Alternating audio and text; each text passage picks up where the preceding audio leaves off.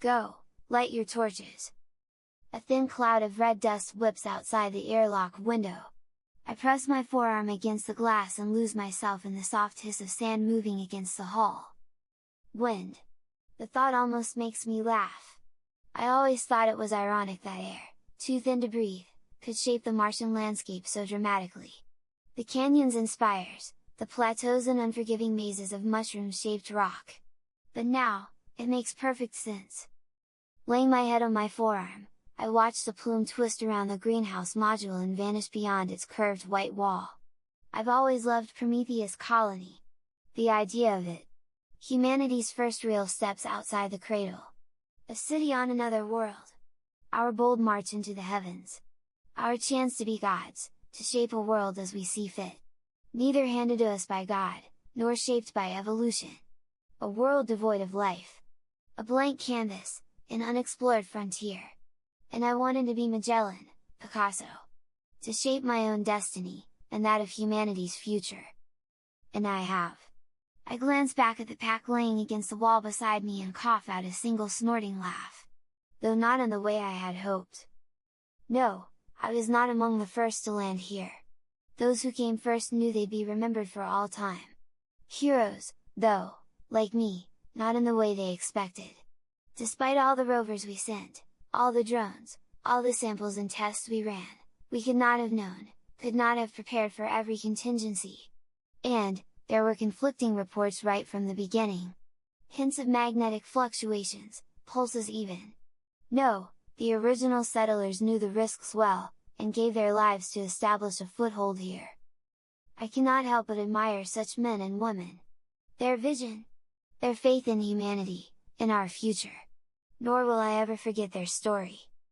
The lead pods lost power when the planet's magnetic field pulsed. Too high to deploy their parachutes, and too low for the backup systems to kick in, they fell like asteroids. Those that followed made it through, but without the supplies of the lead pods, only had enough provisions to last a few weeks. Far too short a time for help to arrive. And of course, none of the pod's rockets were equipped to launch, only soften the landing. Mars was ever and always a one-way trip. Knowing their fate, the settlers used the time they had left to link the remaining pods together to form a base. They collected what they could, the solar arrays, batteries, and motors of the probes and drones that paved the way for their journey. They didn't give in to despair. They stuck to the mission, and did the job they were sent to do. They made a village, a port, a foundation on which to build. As a result, every child on Earth knows their names, their stories, and their courage. Marguerite Green, Adolphus Henrik, Jose Lopez, Li Feng, and Joseph Sitting Bear. It was they that called me here, that inspired me to work long into the night, even as a child, so that I might follow in their footsteps. A dust devil spins to life a few dozen feet off the far end of the living module, just beyond the greenhouse. I bend lower, trying to see how high it goes, but my view is blocked by the edge of the door. I stand up and lay my head back against my forearm. It doesn't matter. The fact that it formed at all is evidence of our ignorance. The unknown. The thought always excited me before. Now? I don't know. I had thought that here, we had a new beginning. A chance to do it over again. To do it right. I thought the mission, by selecting only the best and brightest, those with ideal characteristics, coupled with a selective breeding program here, we could rid ourselves of humanity's weaknesses. Become more than we were. A better species. A better humanity. After all, isn't that what evolution had been doing all along? Shaping us over millennia, by trial and conflict? Until at last we transcended the other beasts of the earth and were able to become like God? Isn't our mere presence here not a testament to that shaping? But now I feel as Noah must have felt when his son found him drunk and naked on the floor of his tent. That it was all for nothing. That the taint remains. Leaning against the door, lost in the strange ethereal dance of the dust outside, I can't help but think about how it all went wrong. How the entire venture was doomed from the start. In the beginning, I used to love science fiction as a boy, Star Trek, Star Wars, Firefly. But fiction is, well, fiction. The reality of space travel is quite different, and if you've never been to space, it's a reality I can only convey to you in vague shadows of understanding. Imagine being a mouse, shoved into an empty beer can, without gravity. Now, imagine you're not the only mouse. There is no privacy, and using the loo requires attaching your nethers to an unreasonably cold vacuum hose. There's food, but not the cheese and seeds you're accustomed to. No, all your meals squeeze out of a foil pouch. Beef flavored ooze, maybe peach or fish, but all with the consistency of rubberized snot, and consumed via straw. There were 10 of us on my transport, all crammed together in a tube only slightly larger than a delivery van. Undershowered, breathing one another's filtered stink, with barely enough room to float around and stretch. For 7 months. There is no such thing as warp, or hyperspace, or hibernation, not yet. Oh, technology has improved significantly since that first mission, but not that far. The magnetic field of the planet still claims pods, though far fewer now that the lander's size and electrical footprint has been lessened. Unlike the first mission, the main body of the transport is reusable. More of a carrier frame than ship, it never enters the magnetic field of either planet. Once the pods are attached to the superstructure, it departs its orbital station and heads on its way. When it reaches Mars, it makes one orbit, jettisons its pods, and returns to base. All completely automated, which fits rather well, I think. After all, there is absolutely nothing natural about space travel. For the living, space travel can be summed up in one word: tedium. It means forgetting what it means to be human, little by little. Oh, you fight it at first, disappear into the worlds of thought your mind creates to deal with the trauma. The monotony. But with no day and no night, only the rhythm of your heart, the constant resonating hum of the ship assailing the mind, time loses all meaning. Your attention turns to the ever more irritating sounds of those around you. Not the talking. No, talk dies as monotony chips away at even the hope of new conversation. I'm talking about the other sounds. Breathing, the little smacks and slurps people make with their mouths, a whistling nostril, the brush of skin against clothing, anything that pierces into the fantasy you've created to shield your sanity, and drags you back to the soul-shattering doldrums of real space travel. So, when I say that there are no words to describe the exhilaration of seeing your destination rise out of the black, knowing your 10,000 years of purgatory are nearing their end, I want you to grasp my full meaning. Mars, that pinprick of light, after a mere handful of weeks, ever there, never changing, becomes less of a destination, and more a fawn of despair. An icon of the lifeless existence you've been banished to. You stop looking. You try to forget it's there at all. And then, almost in defiance of sanity, you look again. Everything about it is brilliant. An open doorway to heaven that beckons you. Leave your suffering behind, it says. Embrace life. Your blood stirs. Tingles race down your spine and arc out of every pore. The same unfathomable jubilation the angels must have experienced when, in the beginning, God said, "Let there be light." You don't notice the weight of your body growing as gravity takes hold. You forget that your pod could be the one claimed by Mars's field. The blazing fire outside the window holds no terror. Only ecstasy. You can't help but smile when the airlock hisses open for the first time in nearly a year. You laugh at the sight of people walking on their feet. You don't notice the way your hands tremble as they unbuckle your harness, or how thin you are when they lay your atrophied body on a gurney and wheel you out. Because you are out. You see the sun, shining dim through the portholes as you pass. A strange pale diamond floating alone in a cold dark sky. A new sky. A harsh alien landscape. But, land nonetheless. It's like waking from a dream. Like being born. Reincarnated. Too soon, the portholes pass. It takes all your strength to lift your head, to keep it all in view. But it will never leave you. Because, now, you remember something you've only forgotten. You remember what you are. Human. And it was good. On Earth, people always talked about rehab being bitter work, and I suppose it is. If you're recovering from an injury, if your normal everyday life were stripped from you in one horrifying moment, coupled with the fear that you may never reclaim more than a shadow of what you lost. But after near a year, the excitement of new conversation, of movement, of purpose, sparks life into every fiber of your being. As for me, I never was able to release the reins, to trust my fate, my destiny, to others if I had any other choice. Even in rehab. Even before my legs were able to support my own weight, my mind was at work. Learning everything I could about the intricate web of personalities of those who lived here. Studying every flick of the eye, every unspoken thought betrayed by the shrug of a shoulder, or the stiffening stance when a superior entered or left the room. Getting to know the clay I was to mold. Being a leader is more than having a grand vision. Hitler, Mao, Stalin. They all had vision, a world they wanted to create. But ultimately, they failed. History would tell you that it was because they were evil, that good always prevails. Or some other such nonsense. But, like space travel, the reality is somewhat different. They ignored the clay. Most people are sheep. They follow anyone, any leader, so long as he's strong. Thinking requires effort. Independent thought bears the risk of being at odds with others, and there is nothing our species hates more than nonconformity. Following is safe. Easy. A single straw in a haystack becomes part of the whole, and is lost. If the crowd is wrong, they don't bear the shame alone. But neither do they attain greatness.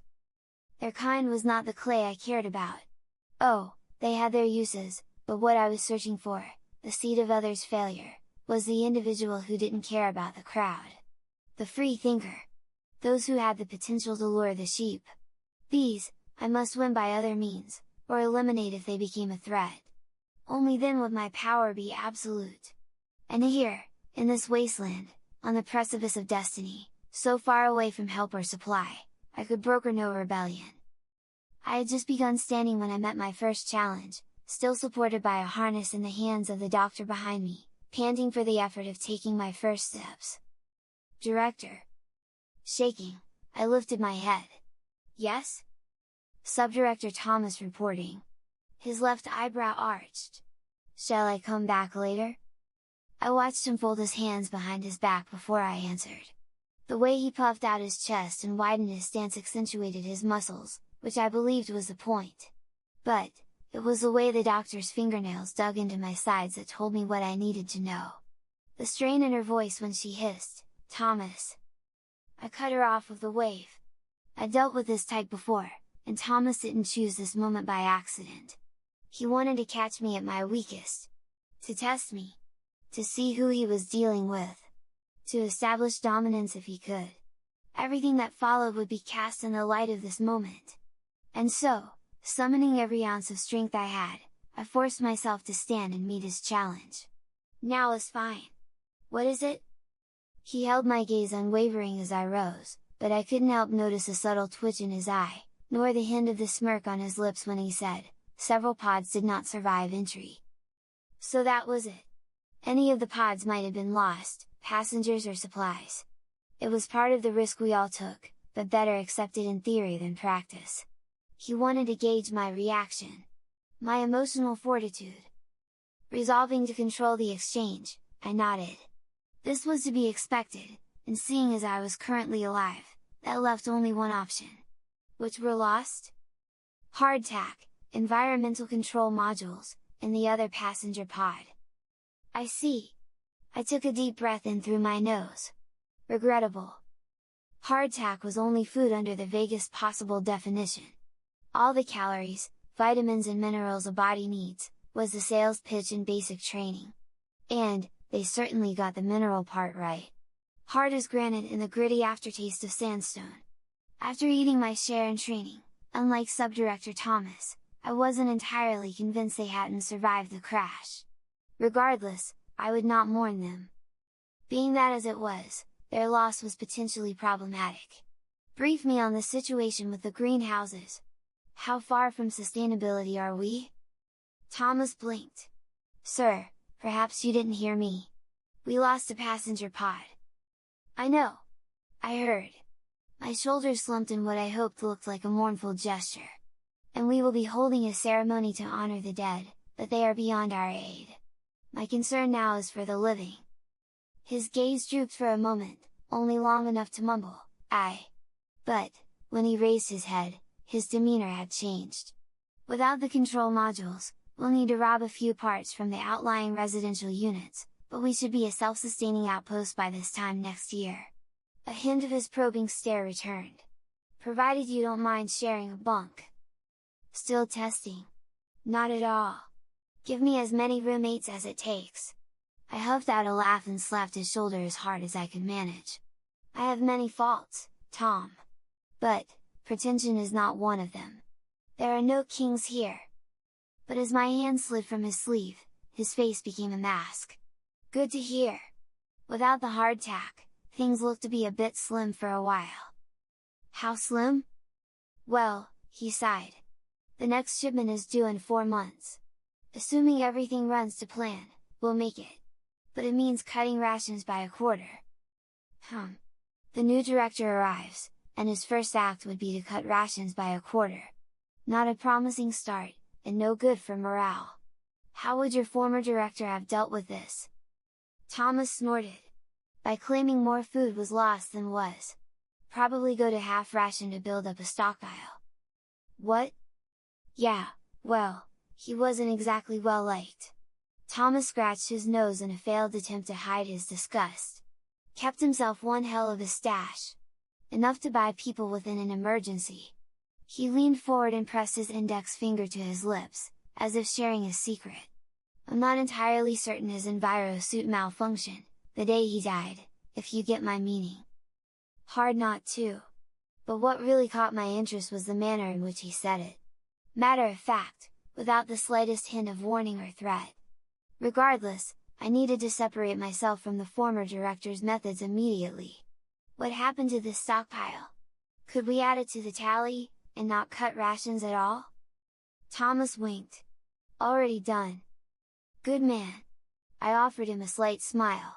Get to work on reassigning quarters, and get those greenhouses up to specs as quickly as possible. Let's see if we can shave a few weeks off that sustainability estimate, shall we? Aye. Thomas gave a slight bow, turned on his heel, and left the infirmary with his hands still folded behind his back, whistling. I forced my body to stand until the door hissed closed behind him, then flumped down on the support bar. That, the doctor chuckled. That, was incredible. Oh? I groaned. I think you may have actually made a friend of Bloody Tom. I rolled my head around to look at her. Bloody Tom? Why Bloody? Because, he's rumored to be the reason you're here. She slid her hands up under my arms and coaxed my weight from the bar to the harness. He's the last one to see the former director alive. There's no proof, of course, and suits do malfunction on rare occasion. Oh! I swear, my body gained 30 pounds in that moment. Thanks for the warning. But then it occurred to me, I didn't even know her name. Lisa! She stepped over to where my wheelchair stood waiting against the wall, and pushed it under me. Dr. Lisa Chavez. Chief Medical Officer. The Tree of Knowledge. Thomas, I whisper, watching the thin ribbons of dust cling to the outer layer of the airlock window. They float for a moment, held aloft by the wind, then fall in thin ribbon-like trails as the wind changes. Snakes of Martian dust. I drag my finger down the glass, following their fall. Snakes, seraphim, in the Hebrew, the irony steals the moisture from my tongue. I hadn't gleaned much from our initial meeting in rehab. But, as the days passed, the more I came to realize how Thomas thought, how he moved. Snake-like. And, just as the snake of Eden, Thomas never lied, exactly. He was far too clever for that. Lies require breaking the continuity. One has to remember what lies you told so they don't conflict with one another. Thomas's way was far more devious.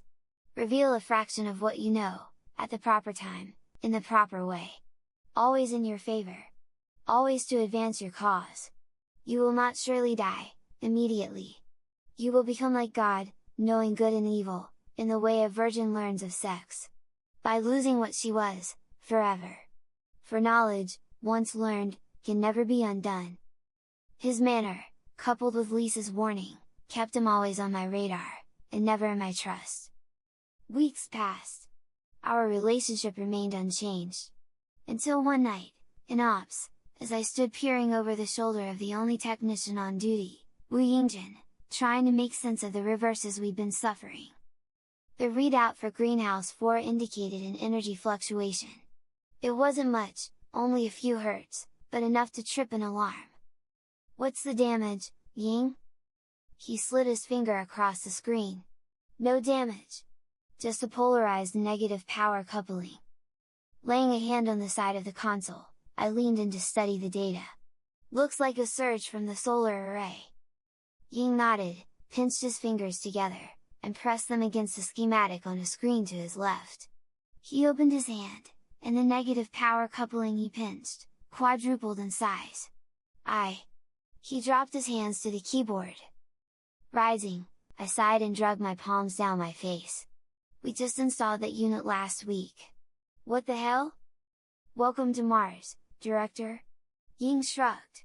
"Mars makes you work twice as hard for half." I patted him on the shoulder. "Get Tom up here." Ying tapped the side of his earpiece. "Subdirector Thomas to Ops."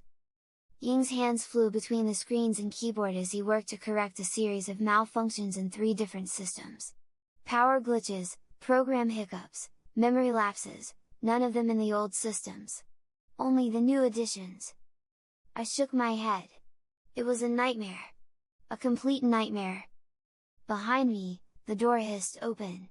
"Sir?" Thomas's voice called. I didn't turn around.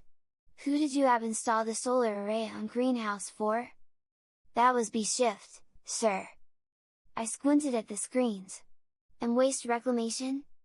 "A shift, sir." "What about environmental control, energy distribution, and water purification?" I turned on him, my face as stoic as I could manage. "Is everyone on this station incompetent, or just you?" Ying's typing fell silent. "Sir?" "Quiet, Ying." "Well, Thomas?" Thomas blinked. "Sir, they're the best of the best, or they wouldn't be here. It's the damned magnetic field." "Excuses.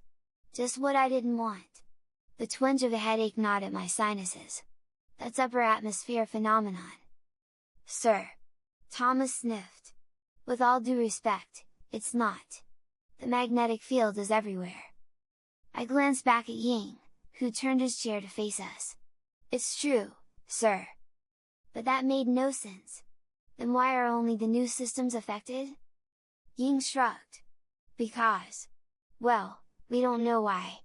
But, every time there's a new upgrade, the magnetic field seems to congregate on it for a while. Almost like Mars is giving it the once over. Seeing what we're up to." I actually snorted. "Ridiculous." Ying's left eye twitched and he looked away. "Just my take, sir." My sinus pinched. I didn't need this. We had a very real problem. I needed logical solutions to logistical problems. Not some vague mystical mumbo-jumbo, especially from my lead controller. But, being my lead controller, I couldn't afford to alienate him either. I needed to hear him out, at the very least. To build trust. A positive relationship. So, taking a deep breath, I pushed down the frustration building in my chest, and somehow, managed to keep my voice cordial. "I'm sorry, Ying. I'm just disappointed. If you have anything to add, no matter how it sounds, please, share your thoughts. I assume there's more than just the glitches." "Well..." Ying raised his head, but only met my gaze briefly. "Maybe." He moved his bottom lip over his teeth as if considering his next words carefully. "There are the reports. I'd read hundreds of reports. On everything from crewman Dobbs' unique strand of toenail fungus to degrading airlock seals. But, the way his voice dropped as he mentioned these particular reports, as if he didn't want to talk about them, as if it were almost forbidden to mention them, told me they were something else entirely." "What reports?" "Oh, God, you don't mean..." Thomas groaned. "You've got to be kidding." I silenced him with a wave, but too late. Ying winced and turned back to his screens. Complete shutdown. "What reports?" I repeated. Thomas rolled his eyes. "Some of the crew reported having lucid dreams that coincided with the magnetic storms. That's all." "Odd." Every storm? Thomas nodded. Medical looked into it for a while. Dr. Lisa had them keeping dream journals, did a few brain scans, I think. And nothing, Thomas laughed. It was a bunch of poppycock, so I ended the research. What? Why? Sir, Thomas sighed. Look! We don't have time to chase fantasies out here, and we damn sure don't have the resources. The magnetic fields short out a few systems, which means more work. More work means more stress, and bam! Lucid dreams! You don't need a study to see that. Out of the corner of my eye, I caught Ying once as he shifted in his chair, but kept working like he hadn't heard. He knew that wasn't the whole story. But I wasn't going to get him to talk with Thomas there, so I shook my head, rolled my eyes and sent Thomas back to work on the next upgrades. When he had gone, Ying and I were alone. I squatted down beside the controller. What is it? A red light flashed in the upper corner of a screen to Ying's right. He tapped the warning, and one of the water purification units appeared on the screen. That new pump has a glitch in its starting solenoid. He typed a command on the keyboard and then his fingers stopped. Sir, look! We aren't much different than the systems here, sure, electrochemical versus. He took a deep breath. What I mean is, magnetic fields can affect biological systems. Especially brainwaves. My sinuses throbbed. His explanation sounded far too reasonable to dismiss. Are we talking hallucinations? Memory decay? Or what? Ying shook his head. Not that simple. I rubbed my forehead, trying to relieve the pressure building behind my eyes. Of course not. It sounded like I had some reading to do. Groaning, I glanced over at one of the empty workstations. Bring up those reports. I'll take them on console 3. Sure. Ying tapped one of his screens. Never mind. They're locked. Subdirector clearance required. What? My hand fell to my side. You mean Tom locked the files? Looks like. Ying shrugged, eyes glued to his screens. You have the clearance to open them, but Tom will get a notification. Squinting at the little red padlock beside the file, I mumbled.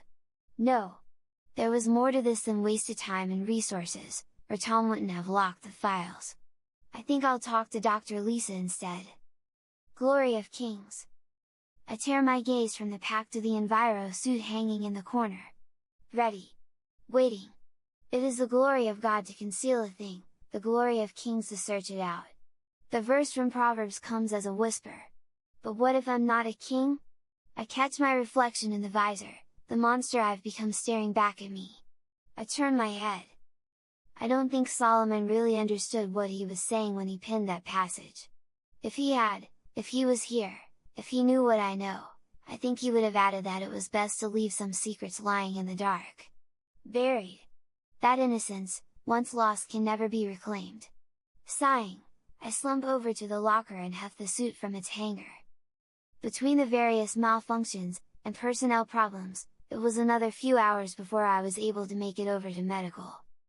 The door to the infirmary hissed open. Dr. Lisa stood beside one of the exam tables, her stethoscope pressed to the back of a teenage girl. Neither looked up as I entered. Again. Deep breath. I took a seat beside one of the other tables to wait. The girl's shoulders rose when she inhaled. I watched the edge of her short dark hair brush against her earlobe as she moved, the nanosecond flick of her gaze in my direction, and the way her lips twitched after she looked away. Aware of my presence, but unwilling to acknowledge me outright. Not afraid, but cautious. Studying me from the corner of her eye. My lips curled into a smile. There she was, 12 years old, maybe 13, possibly the first human born on Mars, and already showing promise. She didn't cower to authority, but neither did she betray blind defiance. She was clever. Calculating. Attributes I could use. Mold. Despite the secret she was so obviously concealing. Yup, just as I thought. Lisa lowered her stethoscope. Pneumonitis? She picked up her tablet and began scribbling with her finger. The girl's eyes went wide. Is it serious? Lisa shrugged. It depends. She let the words hang a moment, then peered at the girl over the top of the tablet. Are you going to keep inhaling Vox? Vox? The word came like a slap to the face. A cheap narcotic made from everyday chemicals we couldn't do without, and so, impossible to effectively outlaw. A rampant problem on Earth, and one I hope to eradicate here. But her? I shook my head. So much potential. Such a waste. But... The girl tossed me a nervous glance. I don't. Look. Lisa dropped the tablet onto the table with a huff. Don't bother lying. I can tell by the way you're breathing.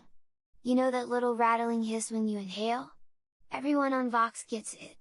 And, yes, I can tell this was only your first hit, but if you keep it up, your lung functions will deteriorate until you end up in bioreclamation. She folded her arms over her chest, and glared right into the girl's eyes. So, would you rather get a 5-minute high, and have 2 more years before you suffocate on your own fluids? Or, live another 100, live out your dreams, and breathe well? Your choice! She didn't respond. The poor girl just sat there, hunched over, trembling. After a long moment, Lisa spoke. Look! I won't tell your parents, if you swear to me you'll never touch this stuff again. The girl looked up, and Lisa tossed a nod in my direction. I can't speak for the director. I leaned back in my chair, studying the terrified look on the girl's face as she waited for my response. I didn't want to repeat the mistakes they made on Earth. The cat and mouse games the authorities played with criminals. I wanted to transcend all that. And, that required a new approach. So rather than ask her to give up her friends and supplier, I took a deep breath and gave her what I hoped looked like a sad smile. What's your name? Amber. She wiped her nose on her sleeve. Amber Zawari. I made a mental note to check the manifest later. Well, Amber, this isn't my colony, or the doctors, or any of ours who came here. You were born here. It's your planet. What follows is going to be your civilization. You need to decide what sort of civilization you want to build. She sat there for a moment, staring at me, as if trying to make sense of what I was getting at before answering. So, you're not telling my parents? The corner of my mouth tickled. She wasn't ready for that line of thought. Yet. But, with guidance, she'd get there. I leaned forward and tapped my fingertips together. No, I won't tell your parents. I had other plans for her. If... Her eyes narrowed. If what? Training. I don't want Mars to become a second Earth. I want you and the other Martians, the people born here, to play an active role in developing this colony. She didn't move. Didn't even blink. And, I want you to take the lead on this.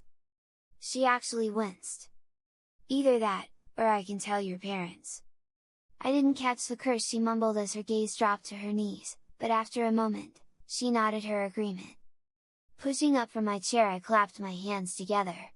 Wonderful, I'll message you later to hash out the details. Whatever. She slipped off the exam table and flumped to the door with all the over-the-top drama only a teenage girl could muster. Shoulders slumped, head hung low, heavy plodding steps, and finally a glare that could only be forged of hellfire as the door hissed closed behind her. I couldn't help but smile. It was nice to meet you too, Amber. Lisa laughed. You certainly have a way with people. She's a teenager. I shrugged. If they don't hate you, there's something wrong. I suppose. Lisa took the UV light from its hanger and began sterilizing the table. But you didn't come for her. No. That was a happy accident. I came to talk to you about a study you did a while back. I've done a lot of studies, she continued to sweep the light over the table. You'll have to be a little more specific. On magnetic fields and brainwaves. Her arm froze. Oh! She met my gaze for a fraction of a second, glanced at the security pad beside the door, and rolled her eyes. Well, that was she coughed out a laugh. But I didn't understand. Was what? A while back, some of the settlers were getting wild dreams. She finished sterilizing and hung the light back in its holder. I suspected the magnetic fields might be disrupting neural activity, but as it turned out, No. Nothing so extraordinary. Ah. So, Tom was right. It was stress. Pursing her lips, Dr. Lisa stepped around the table, closer to the security panel. No. She nodded at the door. As it turned out, your new protégé was to blame. She bobbed her head side to side. Well, her friends, anyway. How so? She folded her arms over her chest and leaned back against the panel.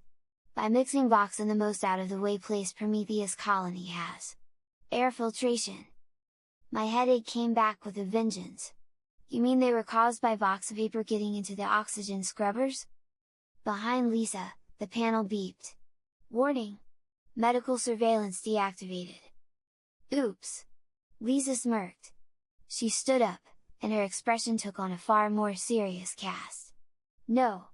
But we can't talk. Not here! Not now! She turned around and typed a series of commands into the security panel. We'll talk in a week or so, maybe. One of the crew will come down with a possible case of Vindorian fever. We'll need to discuss quarantine. We can talk then. She caught my gaze and held it for a moment as her finger lingered over the enter key. I can't leave this off any longer. Shutting it down at all was a terrible risk, but you believed what I said about Vox being the cause of the dreams. So there is no reason to dig, or discuss this further with anyone else. Understand? No. Not really. Oh, I understood well enough that she believed there was a conspiracy, one I already highly suspected revolved around my second in command. But how the magnetic fields fit in with all this, I had no idea. I nodded anyway. Lisa's face relaxed. Good. She tapped enter and the screen flashed green. Security protocols engaged. The more knowledge, the more grief. I have a secret. That's what she told me. Something important. That's what she said. Flumping down on the bench, I flopped the Enviro suit on the floor in front of me, and slide my feet down the legs and into the boots. Torture. That's what it was. She didn't explain, and obviously didn't want to be overheard. True to plan, I never mentioned the reports again, but I couldn't remove the splinter she planted in my mind. So, I poured all my curiosity into Tom instead. Delved into every file. Followed him on the security feeds. Spent every free moment getting to know the man. Probed his every thought, studied his every reaction. And despite Lisa's belief he had a hand in my predecessor's death, I found in him a mind much like my own, less intelligent, but the more I came to know Tom the more I liked him. The more I came to trust him. I stand up and tug the suit up over my thighs. Tom wasn't my enemy. In fact, he too noticed that there was a definite pattern in the malfunctions. The fields didn't affect every new system. Only those dealing with biofunctions. The greenhouses, air filtration, waste treatment, and the like. They never afflicted computer function or energy production, unless that array fed a biosystem. And even more perplexing, that these glitches, while troublesome, were not devastating to anything but swift progress. The malfunctions were repaired, and the grind continued. More concerning still, was something he didn't mention outright. Something more felt than seen. A crawling sensation I couldn't put my finger on. An incessant tingle that never departed. No one spoke of it. But I could see the unease hiding just behind his eyes. A shared feeling we dared not voice. As if mentioning it would make it real. I found myself eyeing the security cameras as I went about my duties. Plotting out dead zones and blind spots I could stick to and remain unseen. A habit that drew my thoughts back to Lisa. The way she disabled the security feed, and what she said after. I needed more. But I had to wait. I became obsessed with my communicator. Always checking the screen to make certain I hadn't missed an alert. The ruse Lisa promised. And, my obsession was not going unnoticed.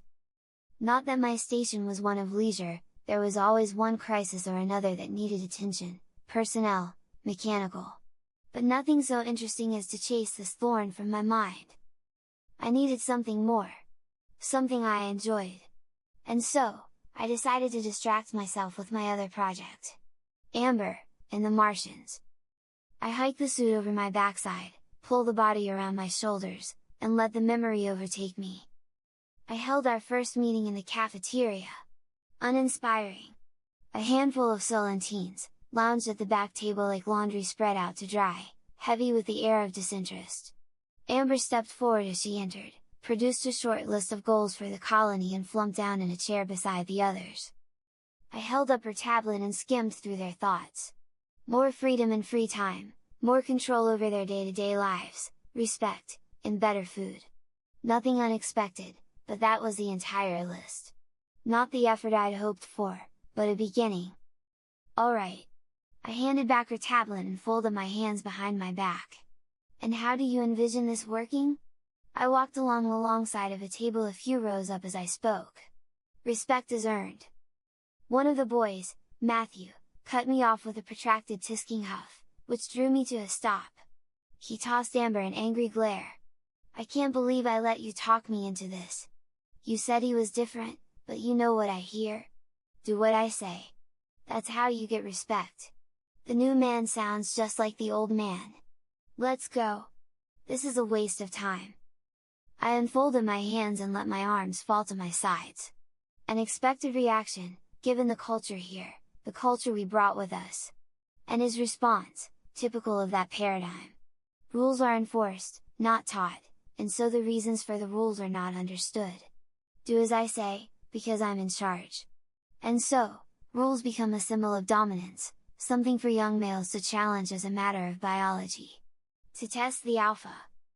He leaned forward and rose halfway from his chair, but then glanced over at Amber, still stuck in her seat, and settled back down. My muscles relaxed. Apparently, he was only willing to push so far without Amber's support. The support of their leader. Quiet, small, and unassuming as she was, his action left no doubt. She, the girl in the back row picking her fingernails, deliberately not looking at me, was the silent pin on which they all turned. The corner of my mouth tingled. This was better than I'd hoped for. Here's at a leader after my own heart, an opportunity to change everything from this point forward, though I couldn't deal with her directly, not yet. Amber was using Matthew as a mask, a tool to ply my authority. A test. I took in his frame. Larger than the others. Older. An athlete, judging by the way his muscles bulged under his shirt. Old enough to play punchball. My gaze dropped to the thick calluses along the back of his knuckles. Not the hands of a player, but of an enthusiast. That was my opening. Matthew. I cocked my head to the side. When you play a match, what do you win? He turned his head, watching, but didn't respond. This colony's too small for leagues and prizes. So, what do you play for? I shrugged. For Vox? Several of the others tensed at the word, but not him. His calluses already told me he'd never risk his game for something like that. Punchball was life. How he measured his worth? Of course not. You play to prove you're the best. I gestured to the other kids, now watching openly. To them, yes, but more importantly, to yourself. For respect. I let this hang for a moment before adding. As I said, respect is earned. What would make you proud to be a Martian? Amber looked up from her fingernails, her lips pulled into a tight pucker. What makes you think we aren't? Her voice hinted at defiance, defiance offset by the twinkle in her eye. A mix that told me all I needed to know. That we were kindred spirits, her and I, that here, I had an ally, a rival, and protege all in one. Someone to keep me sharp, so long as I proved worthy. And so, I folded my arms over my chest, met her gaze with an icy stare, and threw down the gauntlet, knowing she would take it up if for no other reason than because it was a challenge. Then show me what it means to be Martian. Hefting the suit around my chest, I slipped my arms into the sleeves. Amber proved to be more than I'd hoped. Brilliant, strong-willed, and curious. I soon learned that her brush with Vox was an experiment. To test herself. The limits of her strength. To see if she possessed the wherewithal to face the demon within, and master it. Unwise, perhaps, and nothing I approved of, but impressive nonetheless. And master it she did, as she did all the challenges I presented her. It was her that ended the use of the narcotic among her peers. Her that led the physical regiments. Her that set the bar for academic excellence, creativity, and intellectual dexterity. It was her who pushed the other Martians to the limits of what they could be, and beyond. Not by force, but by awakening the spark of greatness within them. She never belittled another if they failed at a task. In fact, to her, there was no such thing as failure. No, her view was entirely different. Her team was an orchestra, and she the conductor, the composer. Each Martian had their place. Each their notes to play. To expect a violinist to play the harp was asinine. She saw it as her job to discover each Martian's place, their talent. And the music they played together became flawless. I lurched my body forward to toss the bulk of the suit higher, reach back over my shoulder, and pull the neck ring up and over my head. They became everything I hoped to create here. Sighing, my gaze drifts back to the pack by the door. I reach down to my crotch, activate the seal mechanism, and work it up along the front of the suit until it closes tight. But that was then. You will not surely die. Reaching back into the locker, I take the gloves from their place on the shelf, slide my fingers inside one by one, and snap the seal closed along the wrist. I never considered myself a religious person. I trusted reason. Science. Oh, I studied the faiths of Earth diligently. But not as a believer. I studied so that in studying, I would come to better understand the human experience. How believers thought. Their motivations and likely reactions. It's not that I discounted the existence of God, or beings beyond our perception, spirits or whatever you wish to call them. Only that I had seen no hard proof, and until proof was given, I had no reason to give them a second thought. Now? Well, now I know more. Stealing a look at the pack, I press my hands together. My fingers seed into the gloves, and the internal pressure bags swell against my skin. I was in Greenhouse 3, shirtless, and lying on my back under a plugged moisture condenser, up to my elbows in slimy brown algae when my communicator dinged. I turned my head and glared at the little black watch resting on top of my shirt and jacket. The blinking red light on its side. Highest priority. Lisa's ruse. It had to be. Took you long enough, doctor, I muttered as I worked my arm up into the pipe, searching for the clog. Only a month late. But in truth, it was the greenhouses I was annoyed at. The constant glitches and malfunctions that kept us perpetually at the same threshold as when I arrived. Nearly a year from self-sufficiency. Unanswered, my communicator beeped louder.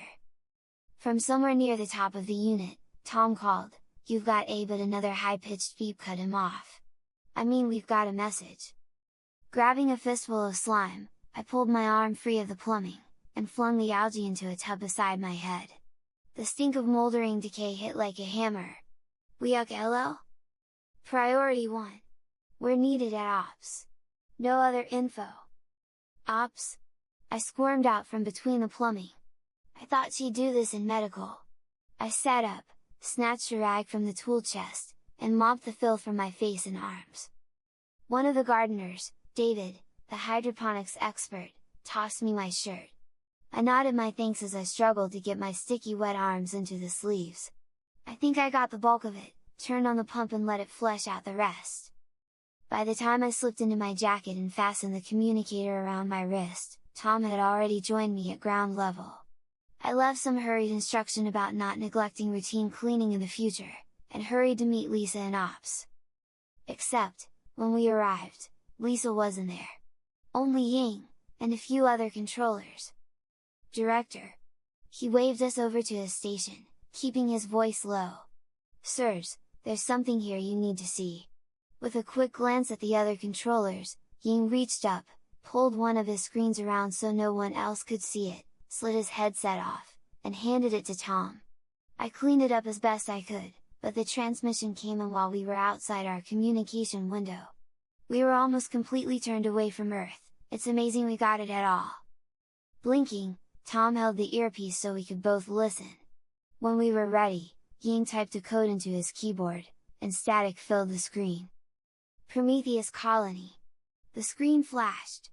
"Come in Prometheus Colony." A grainy image waved at the center of the screen. There, but unrecognizable. "If you can hear me, this is Admiral Barstow. There's no time for details, and in truth, I don't have many to offer. What I do know is that at 1600 hours we were hit by a barrage of ICBMs. My God! Tom's hand dropped. I snatched the headset from his grip and held it up again. We don't know who initiated first launch, or why, the Admiral continued. I guess it doesn't really matter at this point anyway. All that's left of humanity is either dying, hiding in bunkers, or you. The vague outline of a man sitting behind a table, or desk, appeared on the screen. All orbital infrastructure has been obliterated. Repeat. You will receive no more assistance from Earth. He seemed to cover his face with his hands, and his voice fell to a low grumble. I'm sorry. But you're on your own, Prometheus. Godspeed. Earth out. End of signal. For a moment I just stood there, staring at those 3 words hanging in the center of the screen. It was a joke. It had to be. My God, Tom croaked. They did it. Those fools. They finally did it. My head nodded without conscious will. Yes. My voice sounded stoic. Emotionless. But inside, my mind was reeling.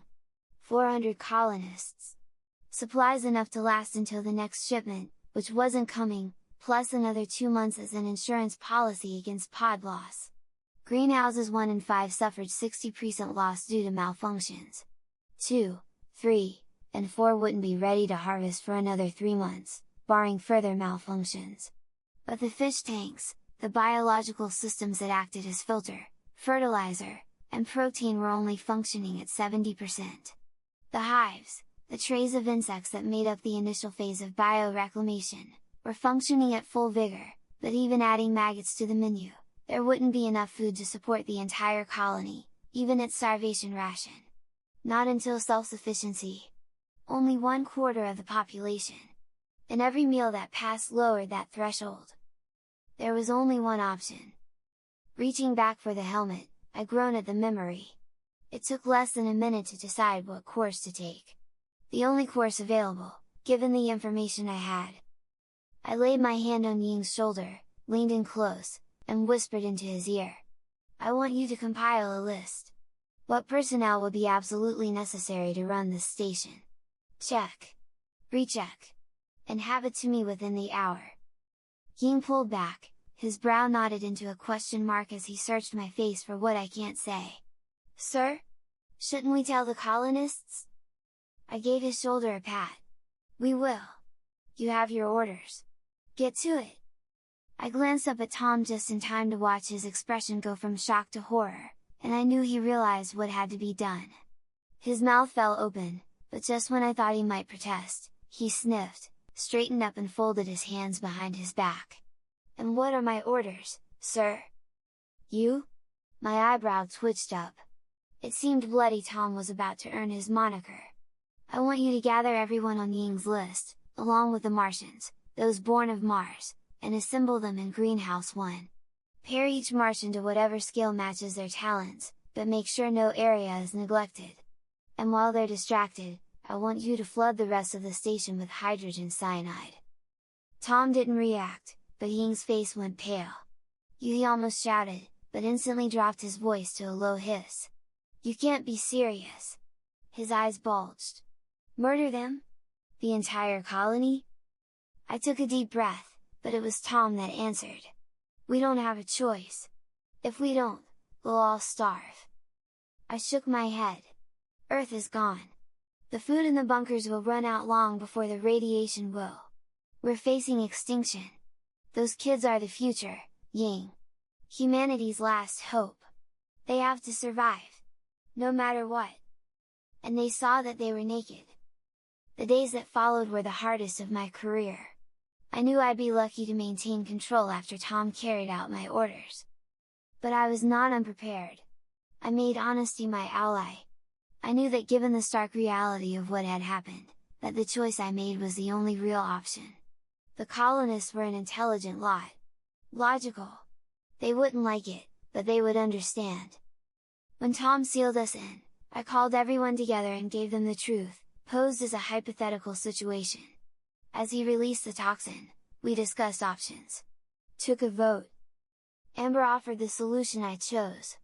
Most of the others agreed, but then she glanced around at the others in the room.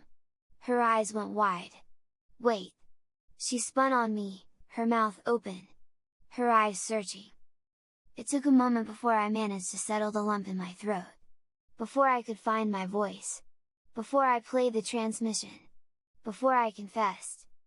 The silence that followed, the pained expressions that marred their faces as they struggled to balance what they knew had to be, with the sheer horror of what I'd done. There are no words for that kind of silence. The same silence that endured for days after, as we worked to clear the base of the dead. A silence shattered only by the sounds of work or the stifled whimper of a survivor as they tended to a loved one gone. I ease the helmet down over my head, push it into the collar, and it seals with a soft hiss. The power meter flickers to life in the bottom corner of the visor as the magnetic connectors latch. The comm link crackles. Testing, 1, 2. I wince. It's Ying's voice, but it's so robotic, so devoid of life, I barely recognize it. I croak out copy, and slump over to the airlock door. As difficult as clearing the station of the dead was for the survivors, carting the bodies of parents, spouses, and friends to bioreclamation, the sheer volume caused other issues. The system was never meant to handle so many at once. Bodies lingered too long, and the scent of decomposition, coupled with recirculated air, tainted every breath. A constant reminder of what I'd done. The simple act of breathing had become a threat to me. And, I fought it in the only place I could. Air filtration. That's where Lisa found me. Alone. In the most isolated place on the station. As I stood hunched over an open access port, screwdriver between my teeth, trying to decide how best to clean the stink from the air. Need a hand? I jerked my head from the ductwork. Lisa stood in the doorway twisting her pinky between her thumb and forefinger. Dark circles hung under her eyes, and deep wrinkles framed her mouth. Spitting the screwdriver into my hand, I nodded. She met my stare only for an instant, leaned back, and glanced up and down the corridor. Sir! That transmission! Her chin shook as she stepped through the door, tears wet on her cheek. I laid the screwdriver down beside the open panel. What is it? I should have told you sooner. I meant to, but they had me under constant surveillance. If I knew what their plan was, it wouldn't have mattered, but I didn't realize, not until I heard your recording. Her fingers trembled as her voice trailed away. Her left eye twitched, her hand jumped to her hair, and she seemed to lose focus. I should have known. Why didn't I see it? I needed to comfort her, calm her, so she could collect her thoughts. Keeping my voice low and smooth, I stepped closer. What's this about? She licked her lips and forced her eyes to meet my gaze. The reports you asked about. The magnetic field's effect on brainwaves. I nodded. What if I told you, we aren't alone? That life here, on Mars evolved along a completely different path, nothing we'd even recognize as life? As energy patterns and fields?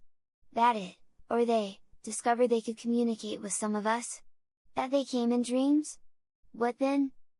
Intriguing, but her demeanor was hardly one that inspired confidence. I would, of course, like to see proof. Almost before the words passed my lips, she reached out, took my hand, and pressed a memory chip into my palm. Only the children were affected. They had reoccurring nightmares. Random and senseless, but disturbing. That's what prompted their parents to bring them in at first. Initially, I thought it was Vox, or some other substance. But then I realized they were all having the same dream. All of them. The same images. She shook her head. That's when I started the study. I discovered the increase in fields coincided with the nightmares. That each night they became clearer. A single voice pressed into many minds. As time went on, their fear lessened, and they became less willing to talk about it. They began to trust it. To rely on it. Their thinking changed. They became colder, more calculating. They knew things they couldn't know. Passcodes. What I said when I was alone. Things from my past, things from Earth, conversations I had back in high school. Things I did. Private things. She blinked as if shaking off a bad memory. Look at the data! Something was definitely talking to them. Compare Admiral Barstow's voice in your transmission with Matthew's account in the report. She folded my fingers over the chip, and backed out into the hallway. I'd be willing to bet Earth is just fine. But it doesn't matter. You won't be able to get a signal in or out, and I doubt we'll be getting another shipment through. Not unless Mars wants us to. Footsteps sounded in the hallway. Lisa glanced off to the right, said, "Yes, sir. I'll get right on it," and without another word, turned and left. I stared at the chip in my hand, numb. Not even sure I wanted to know what I'd find. Spirit of the air. My world consists of what I know to be true. What can be proven with hard fact? Science. But I do believe in myth. The scattered shadows of memories told and retold across time and culture, mutated by the telling, but a history all humanity shares. But in that file, I found the truth behind the myths. Our forgotten past. The shadows of the future, if those warnings went unheeded. I flipped the switch on the panel beside the exterior door, flashing red lights replace the bone-white glow overhead, and the computer's voice rips across the comlink. Warning! Depressurization commencing. Interior door sealing. I turn my head to watch the bulkhead roll into place and slip forward, using the atmosphere of the station to seal it in place, as I wait for the air to drain from the lock. I found a quiet corner, one of the abandoned residential sections, and spend the next few hours watching Lisa's report. Each Martian, each child independently recounted a vague image that became defined. A wisp of flame that settled into the shape of a man over time. A man with snake-like eyes, who cloaked his body behind 4 great wings, and flew with another 2. The exterior door slides in and rolls into the wall. Martian dust sweeps across the threshold and swirls around my feet. I meant to compare Matthew's voice with the Admiral's, as Lisa suggested. In fact, I barely had the transmission downloaded when my communicator buzzed. I glanced down at my wrist. The message was Ying's, but his words made no sense. Airlock 4 has been opened. The children are missing. No enviro suits active. I tapped reply and had just lifted my wrist to my mouth when another buzz interrupted me. Amber. Hitting cancel, I tapped hers. A timed message. One she recorded earlier, and programmed to send now. I hit play. Amber's sigh broke the silence. So, I guess by now Dr. Lisa found a way to slip you her files. She gave a snorting laugh. I almost feel bad for you. So boring. I can't even believe we were ever that stupid. Anyway, I wanted to thank you. See, you were right. We can shape our own future. We don't need all that baggage from Earth. Earth morals and customs. Marvin told us that before you even got here. In our dreams. She gave another laugh. That's not his real name. You can't say his real name with your mouth, but whatever. We're more like him than we are you anyway. You're human. We're Martian. We belong here. But the other Martians, the original Martians, weren't convinced. I guess their leader went to Earth ages ago. But he never came back, and they never heard from him again. Their leader? I mutter, thinking back to the description from their dreams, matching it to images from mythology. The forgotten history. 6 wings. Fire. But I can only think of one. Isaiah in the temple. The 6-winged seraphim. Before the thought coalesces, Amber continues. They didn't know what happened, not until the first humans landed. For some reason, they can't leave Mars. Something about a change in the sun trapping them in the atmosphere.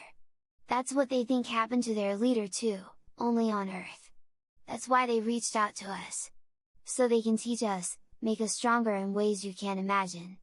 That way they can send us back to Earth and help him break free. That's why we tricked you. Marvin said we needed to prove we were committed first. We needed to cut ties, kill everybody that would get in our way. Anyone who would keep us from reaching our true potential. Anyone who would keep them from becoming gods, I muttered. Seraphim is Hebrew for serpent, burning one. The spirit of the air. My next breath did not come willing. I knew exactly who their leader was, now. The Snake of Eden. the truth behind the legend. The Satan. They made Amber and the others the same offer he made Adam and Eve. Or at least the primitive people he encountered. And like them, Amber took the bait. But that's not you. Amber's voice sounded smooth, almost hopeful. You helped us. You gave us the strength to do what had to be done. That's why I'm leaving you this message. So you can join us. She took a deep breath and laughed.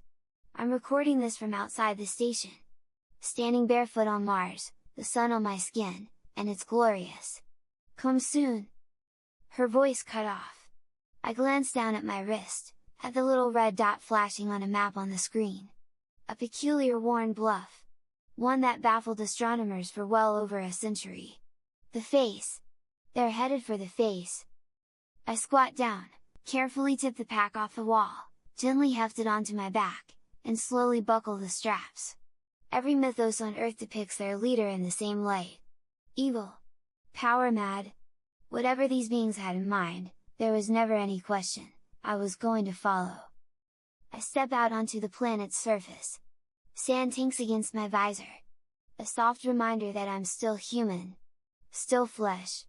I slump to the east, past the corner of the greenhouse, to where Amber's homing beacon says she should be.